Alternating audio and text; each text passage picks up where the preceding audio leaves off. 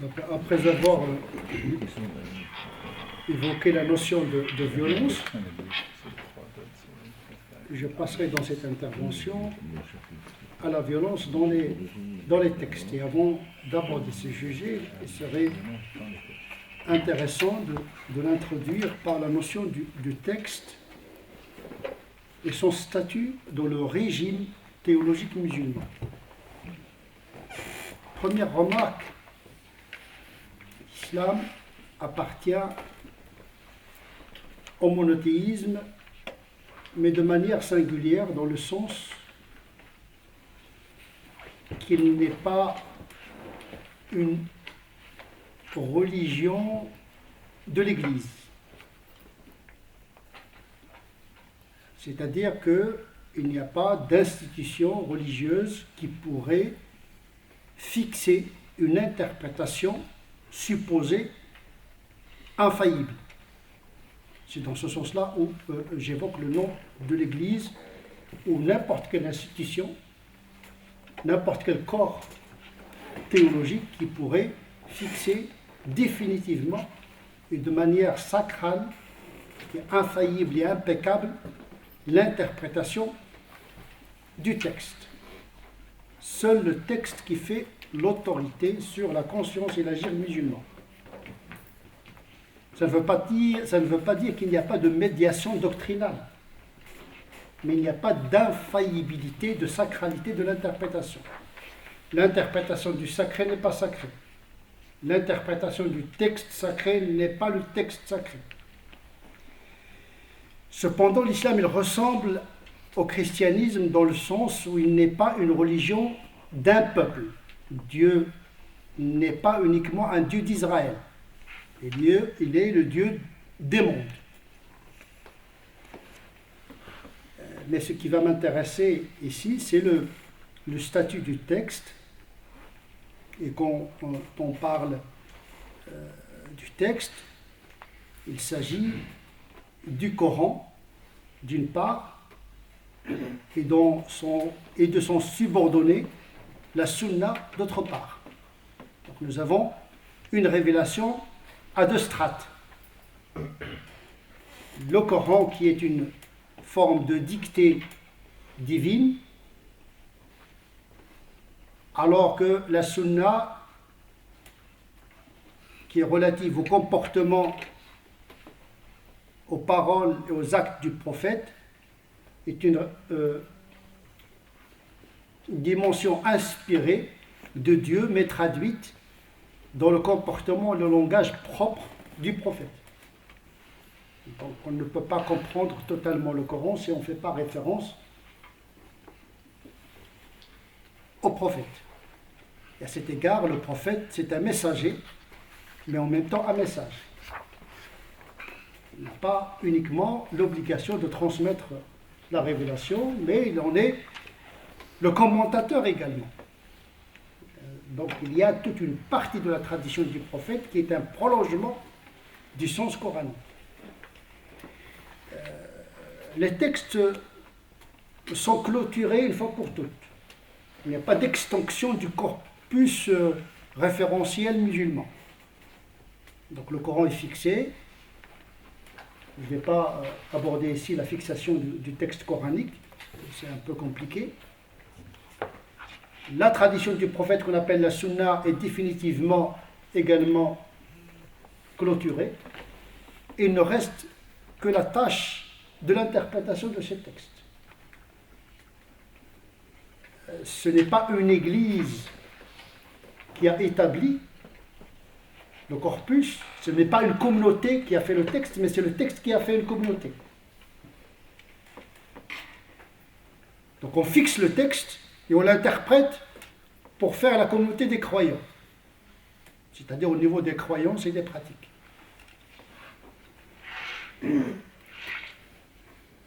La sacralité du texte ne signifie pas que le texte n'a pas une dimension historique, puisque le Coran est révélé par fragments en fonction des événements. Le Coran, c'est une photographie. L'herméneute, l'exégète, il doit en faire la scénographie.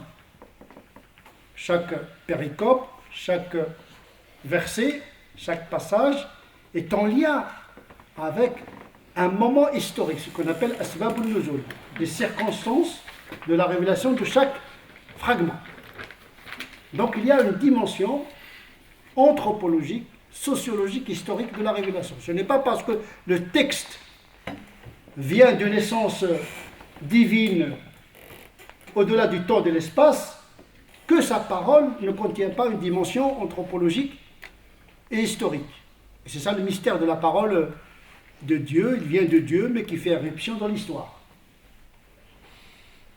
Le verbe s'est fait écrit, au lieu d'être chair, il s'est fait écrit. Même si les musulmans croient que Jésus est un verbe qui s'est fait chair par création et non pas par engendrement. C'est ça la petite différence, mais elle est immense. Je parle d'une trinité musulmane, mais qui se démarque. Il y a le même et l'autre. Le même trinitaire, mais l'autre dans l'interprétation. Puisque le musulman est concerné également par l'Ancien et le Nouveau Testament, et qu'il considère que le Coran c'est le dernier testament, donc il lit l'Ancien et le Nouveau à la lumière du dernier, à la lumière du christianisme qui lit l'Ancien Testament à la lumière du Nouveau Testament. Donc il y a une intertextualité dans la compréhension justement de la manifestation de Dieu dans l'histoire de l'humanité depuis Adam jusqu'à justement la dernière parole pour les musulmans révélée à l'humanité. Et donc il y a une dimension historique et anthropologique puisque la langue arabe porte en elle-même toute une culture arabe.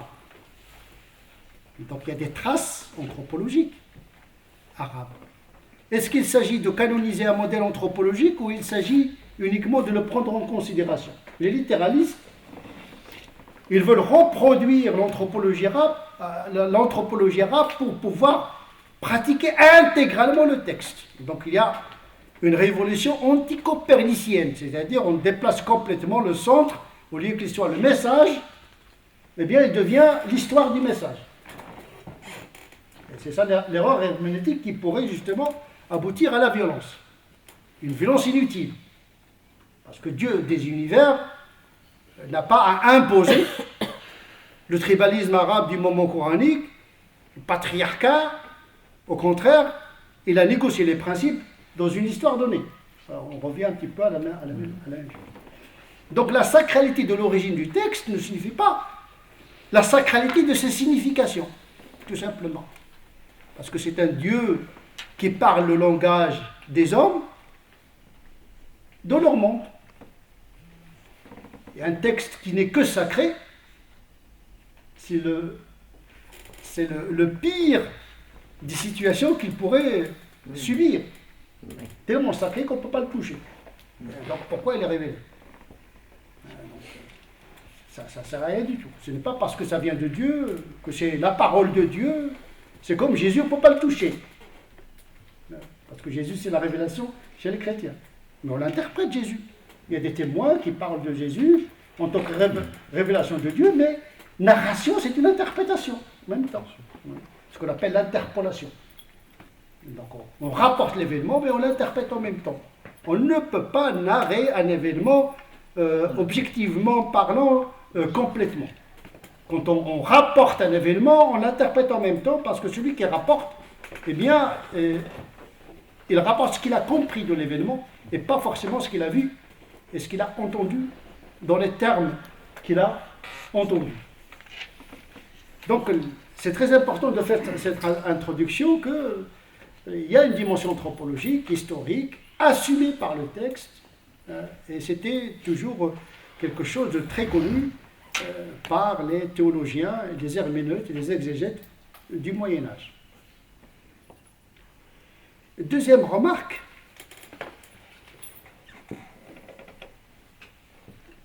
est celle qui consiste à séparer deux formes d'herméneutique, c'est-à-dire deux formes d'interprétation. La première consiste à interpréter le texte dans l'univers du texte. L'herméneutique fondamentale. J'essaie de comprendre les versets dans la culture du temps. Donc il faut faire une archéologie du sens. Comment le Coran parle aux Arabes de cette époque. Il y a la sémantique, les mots, leur signification se déplace en fonction du temps, quel est le sens, quel est l'usage de ces termes dans la culture concernée, puisque les musulmans ont conservé la révélation dans la niche linguistique originelle. Le Coran, il est resté en arabe. La traduction du Coran n'est pas Coran, parce que traduire, c'est imposer une interprétation.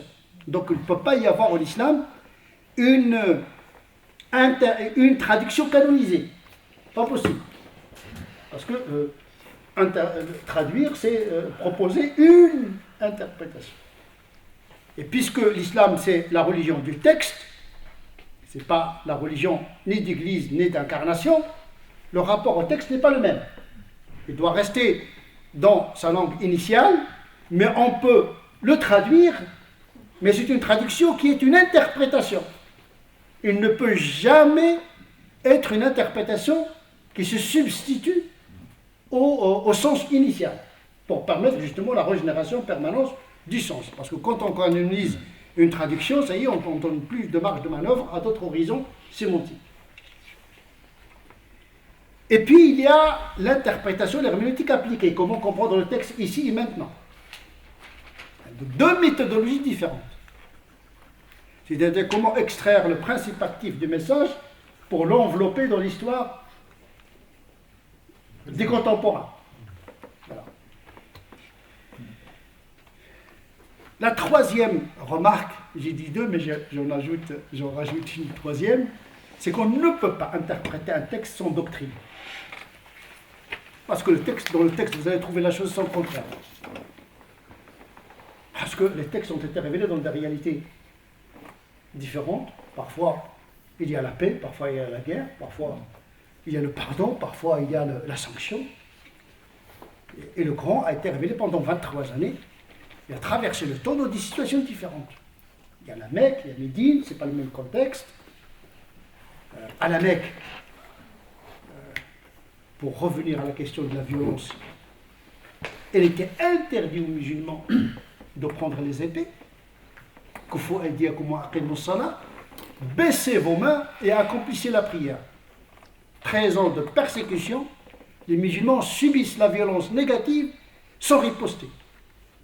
Exactement comme Jésus. Celui qui tire l'épée périra par l'épée. Quand on est minoritaire, on n'a pas de force. À l'époque de Jésus, il y a les Romains, il y a la communauté juive qui ne croit pas en lui. À quoi sert de tirer l'épée? Parce que celui qui va tirer parmi vous, ses disciples, celui qui va tirer les épées, il va périr. C'est bon. Mais je ne crois pas que Jésus est un pacifique béat, puisqu'il a demandé à ses disciples d'acheter les épées. Ça, c'est l'intertextualité, c'est-à-dire que c'est le même message, mais sont dans des réalités différentes. Parce que Jésus, c'est un être historique, il est dans une histoire.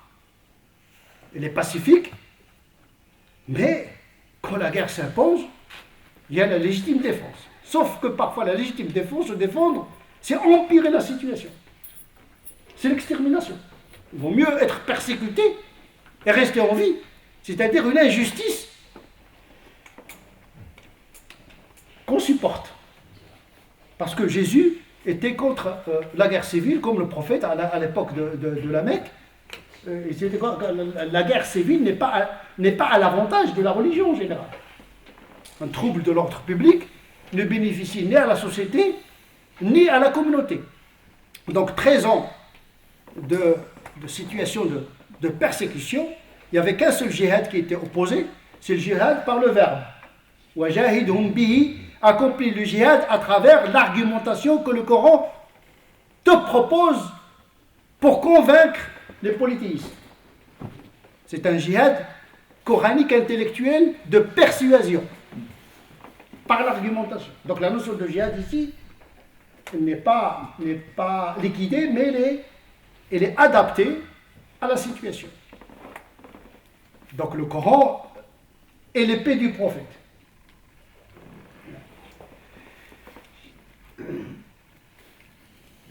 lorsque le prophète a été accueilli en tant que prophète, mais en tant que chef d'une cité, et ça c'est l'histoire, hein. Mais l'histoire n'est pas notre code. Le Coran peut-être aurait pu avoir une autre destination, une autre destinée, un autre contenu, sauf que l'histoire a voulu que de la Mecque, le prophète soit accueilli par les Médinois, ce qu'on pourrait appeler une cité-État, ou bien État-cité, un embryon d'État, où les Médinois se sont convertis totalement, presque, à part les minorités juives, où il y a une armée, parce que on sort d'une minorité à la logique de l'État. Mais là, il faut faire le discernement. Ce n'est pas parce que le Coran parle de l'histoire que cette histoire est consacrée et sacrée. Il y a un ajustement de la question de la violence légitime en fonction des situations à laquelle les musulmans se sont confrontés. D'abord, première démarche, c'est que le Coran appelle à une adhésion à la paix sans condition. La règle, c'est la paix. Ya ayyuhalladhina amanu udkhulu fi silmi kafa. Ô vous qui avez cru, vous êtes entrés en islam, entrez intégralement kafatan, entrez intégralement dans la paix. La règle, c'est la paix. C'est-à-dire que l'esprit belliciste cherchait la confrontation, la guerre. Il est antinomique par rapport à l'enseignement du Coran. Au contraire, le prophète a fait tout un travail de sevrage des Arabes qui aimaient les guerres, etc., en leur disant ne souhaitez pas la rencontre de l'ennemi. Ne souhaitez pas la rencontre de l'ennemi. Mais si vous êtes obligé de le confronter, alors résistez et sachez que le paradis il est sous l'ombre des épées. C'est-à-dire que le martyr, ce n'est pas celui qui cherche la mort, mais celui qui subit une mort dans une guerre subie. Guerre imposée, guerre légitime. Quand vous n'avez pas une doctrine de la violence légitime dans le Coran, vous allez tomber dans la contradiction parce qu'il y a le texte et son contraire. Tout simplement parce que les réalités évoluent. Mais le principe de paix, de justice et de défense reste des principes. Parfois, c'est le pardon qui est le plus approprié. Il y a des passages où le Coran demande aux musulmans de pardonner à l'ennemi, parce que c'est plus productif pour gagner les cœurs. Parfois, il faut punir, parce que pardonner, c'est encourager la récidive. Tout dépend des postures et des situations.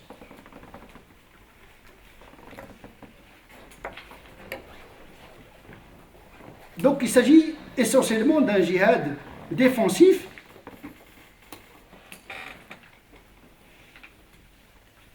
à l'égard d'une guerre imposée. C'est eux qui vous ont commencé les premiers, dit le Coran. Vous devez riposter parce que on a commencé l'hostilité. Mais jamais dans le Coran, il y a une incitation à chercher la confrontation gratuitement. On verra, peut-être si on a le temps, sur la question de la vérité. Est-ce qu'il se propose ou bien il s'impose? Est-ce que le Coran propose la vérité ou bien il cherche à l'imposer? Est-ce que la foi peut s'injecter par l'épée dans les esprits des individus? On verra. Déjà, on a déjà des éléments de réponse d'emblée. Et donc, effectivement, quand on n'a pas cette théorie d'un djihad défensif, on pourrait comprendre qu'il s'agit d'un djihad radical dans le sens de convertir ou de dominer l'autre. Une guerre de conversion ou bien une guerre de domination.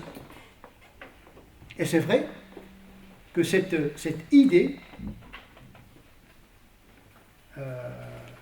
a été appliquée pendant une partie de l'histoire musulmane. Tout simplement parce qu'on a confondu l'histoire avec la théologie. L'islam est né avec la logique de l'empire, et à un moment donné, la théologie s'est construite dans un paradigme d'empire et d'État, où la religion a été confondu avec l'identité politique. Mais là, c'est de l'histoire. Comment s'émanciper de cette histoire dans le sens de la séparation des ordres?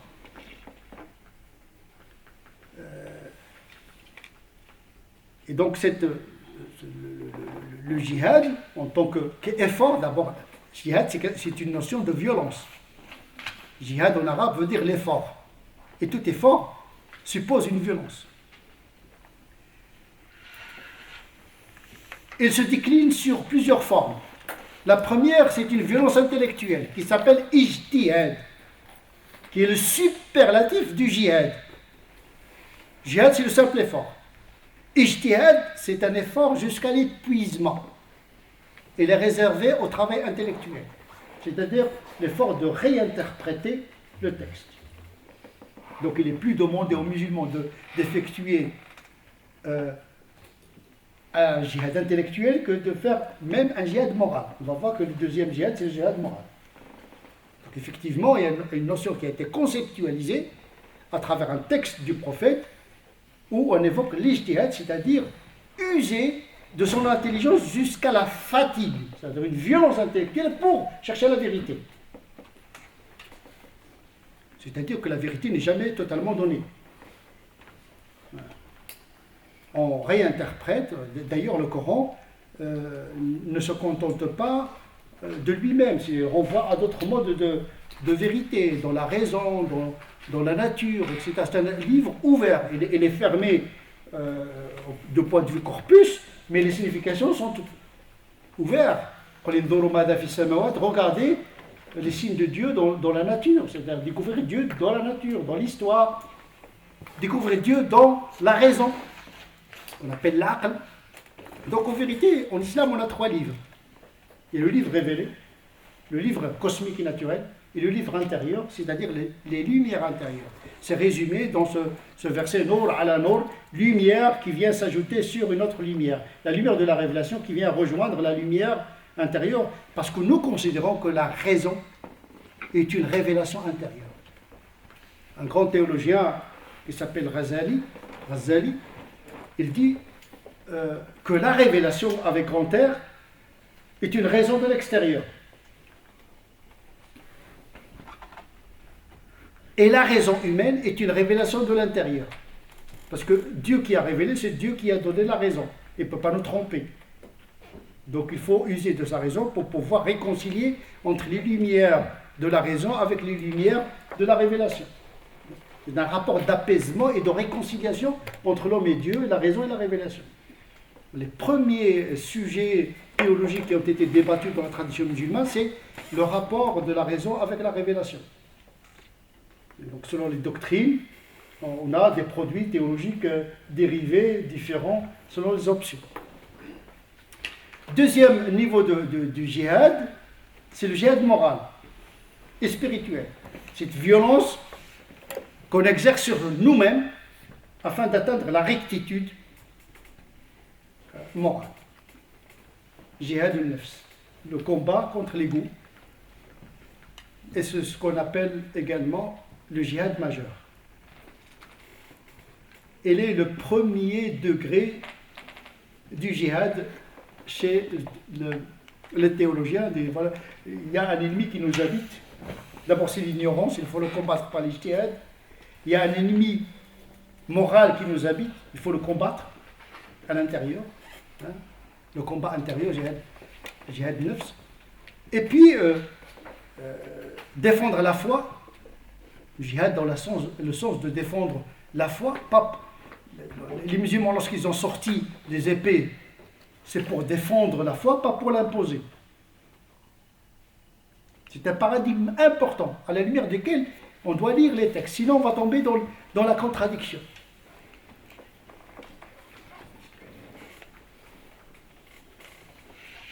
Et donc ce djihad légitime de défendre sa foi ne s'arrête pas uniquement à la question religieuse. Défendre les minorités, les opprimés. Dans le Coran, il s'agit de défendre également les gens qui sont opprimés, ce qu'on appelle la guerre juste pour défendre une cause juste. dans l'histoire des conquêtes, qu'on appelle les conquêtes musulmanes, il y a beaucoup de minorités qui ont fait appel à des musulmans pour les libérer de la tyrannie des empires de l'époque. Vous savez, la pénétration de l'islam en Espagne, c'est parce qu'il y a les Wisigoths qui persécutaient d'autres chrétiens et des minorités juives. Donc ce sont les minorités qui ont fait appel à la nouvelle civilisation naissante pour les libérer. Donc tout n'est pas religieux dans le sens strict du terme, mais il y avait également une dimension universelle dans ces formes de violence qu'on pourrait qualifier plus ou moins de légitimes. Quant à la guerre, c'est-à-dire le djihad militaire, il ne peut être dans la tradition, en tout cas orthodoxe sunnite, que sous l'égide de l'État. Parce que le prophète n'a opéré de guerre qu'après avoir quitté la situation de minorité dans l'État. Donc ce que Max Weber appelle la violence légitime. Il y a un territoire, il y a des militaires. Donc le djihad, c'est pas une fatwa et on demande aux gens de faire la guerre. Parce que celui qui annonce la guerre doit être capable de l'arrêter. C'est pourquoi le prophète il signait des conventions de paix, de guerre. Il y a un droit canon de guerre. On ne fait pas la guerre n'importe comment. Et avec n'importe qui, contre n'importe qui et par n'importe quel moyen. Il y a une éthique de la guerre. À un moment où la guerre a atteint son pic, à l'époque du prophète, contre la Mecque qui voulait éradiquer complètement l'islam et les musulmans, à ce moment-là, il a été frappé par une famine. Et le prophète a envoyé toute une caravane, l'humanitaire avant l'heure. Donc, pendant la guerre, contre l'ennemi, eh bien, il vient au secours de l'ennemi parce que la Mecque a été frappée de famine. Donc voilà, ne mélangeons pas les ordres. Il y a la guerre, mais il y a l'humanisme, etc. Tout. Il n'y a pas de guerre totale. Il faut qu'il y ait un discernement. Donc cet événement est authentifié dans Sahih al-Bukhari, c'est-à-dire que la guerre n'empêche pas l'humanitaire et la dimension humaine. Voilà, parce qu'on combat ceux qui combattent, mais la société civile, elle n'est pas responsable. Et donc les théologiens, ou en tout cas les juristes musulmans d'obédience sunnite et même chiite, ne considèrent pas la guerre que lorsqu'il est déclaré par un État, avec un territoire, avec une autorité, avec une diplomatie parallèle, etc. Sinon, ce n'est plus le djihad dans le sens militaire, mais le trouble de l'ordre public et mondial. C'est ce qui se passe aujourd'hui, et c'est ce qui peut-être va nous introduire dans la troisième phase, parce que il s'agit là d'un djihad dévoyé, utilisé pour des raisons peut-être que nous allons discuter.